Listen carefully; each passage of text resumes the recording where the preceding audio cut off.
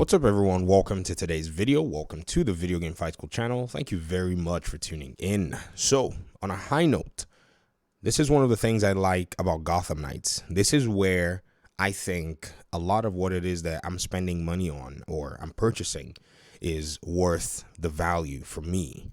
Remember, if you watched my last video, you probably thought, oh my gosh, combat, he's not feeling it. I'm sure many aspects of the game, I probably a write off or whatever it is. Actually, no, that's not the case. I think one of the best things that I've actually learned over the course of this process is to be very measured in my analysis. And I'm so happy that most of you here in the community have actually been able to inspire that. I've seen your reactions to certain aspects of the game. I've seen many people take balance takes, even talk about the things that they don't like, but then eventually highlight the things that they like. It's a very interesting cake. And you have your piece of it, and the other parts of it that you probably are not a fan of, you probably scrape off. It's like those of us that eat just the cake and don't like icing. Some of you are like, what? Yes, I don't like icing on cake. So I guess maybe this is how, we're going to approach this game, a very realistic way, in order for us to be able to view the game from a holistic and even a more objective perspective. So regarding the things I do like about Gotham Knights, I think on the top of that list is Gotham itself. The developers seem to have put in a whole lot of time in this particular development of their world, Gotham City itself. This portrayal of the world appears to me that it is going to be much more expansive, and that expansion is what I'm actually quite interested in. I'm quite excited about the way they've decided to go about it by making a lot of sub-levels within the entire game and taking advantage of this current gen consoles and PCs to be able to run Gotham in and represent it in this kind of way. So let's go ahead and first talk about the aesthetics of Gotham and how the Gotham Knights developers are actually bringing this together. There's some sort of a dark tone to it, and to me, I think this is actually pretty nice. They take the liberty to remove a lot of the photorealism and give you some sort of a should I say it's gothic in a sense, because it's somewhat of that mixture, and then you also see a little bit of depending on where you are, some kind of a cyber hue to it. You see some really interesting colors that are popping all over the place, and neons here and there, and you can't help but actually have that feel go into it. But then at the same time, when you make your way maybe into a specific area, you realize that, okay, this is a thematic, application of this particular part of the map. And then in some other aspects, like when we saw the first 16 minutes of the game in the university, you get to see some, buildings that are representative of, the time that these structures were put up. These structures look a little older, in the mix of these new high-rise and city structures. And I'm really a big fan of this. I really think Gotham Knights is going to have a very, very cool open world setting that will just have you as a player just move around, walk around, and enjoy the different aspects of the game.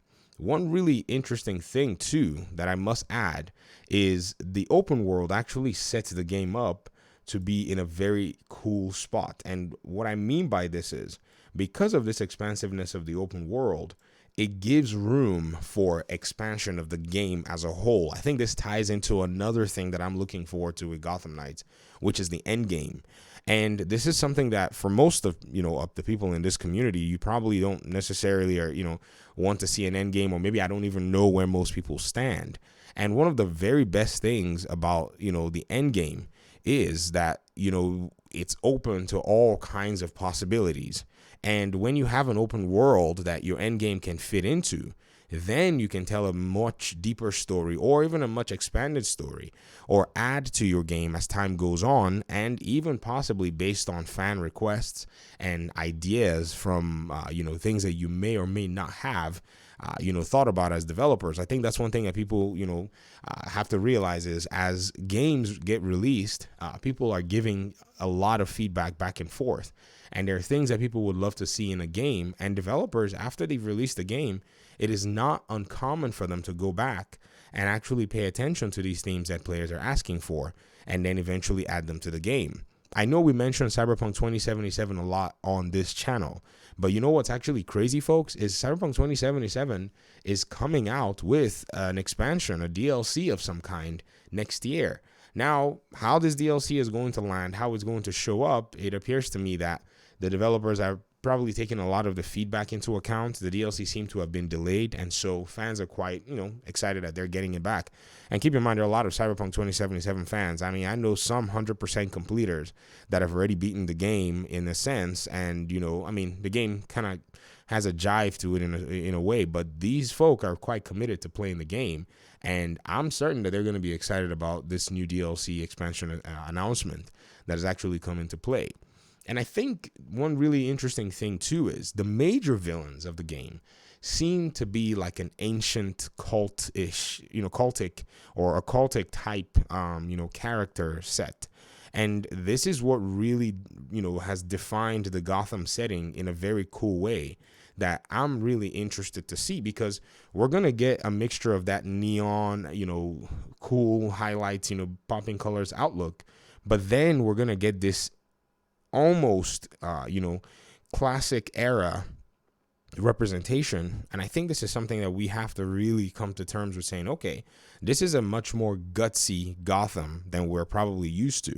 Now, keep in mind that for me, up till this time, my favorite representation in a Batman universe anyways has been Arkham. The Arkham games really did give you a very interesting outlook on the city in terms of the way it was set up, the way the developers decided that they were going to go. And I've always appreciated it. In fact, I think that, in my opinion, if there was, if Gotham Knights did not take it to the next level, Arkham would have probably been sitting in one of the top spots for a very, gruesome representation of a Batman universe. But it appears to me that Gotham Knights has taken it to a whole different level with, their representation, taking some of the designs and aesthetics from the more classic era and fusing it into a modern outlook. And to me, I think that's one of the biggest highlights of Gotham Knights. Open worlds, in my opinion, have to be very unique to draw my attention. I'm not really always hopping on every open world game because it's just open world. No, that doesn't really work for me. I think an open world game has to have specific elements that would be intriguing, that actually tie into its lore and seems to provide depth in order for me to be able to make up my mind and say, okay, I want to be a part of this particular movement. I want to be, someone who engages in this particular world. And Gotham Knights is sitting right there. But I'd love to hear your thoughts in the comment section about the things that you like surrounding Gotham Knights. I've shared with you that one of the things I'm not necessarily big on is the combat, but that doesn't mean that they're not aspects of the game that I don't, in my opinion anyways, that I don't, just jive with. And I think the open world is one of those, and it leads into the end game and ties into different aspects of the game that I strongly believe will really provide a lot of depth for a lot of players.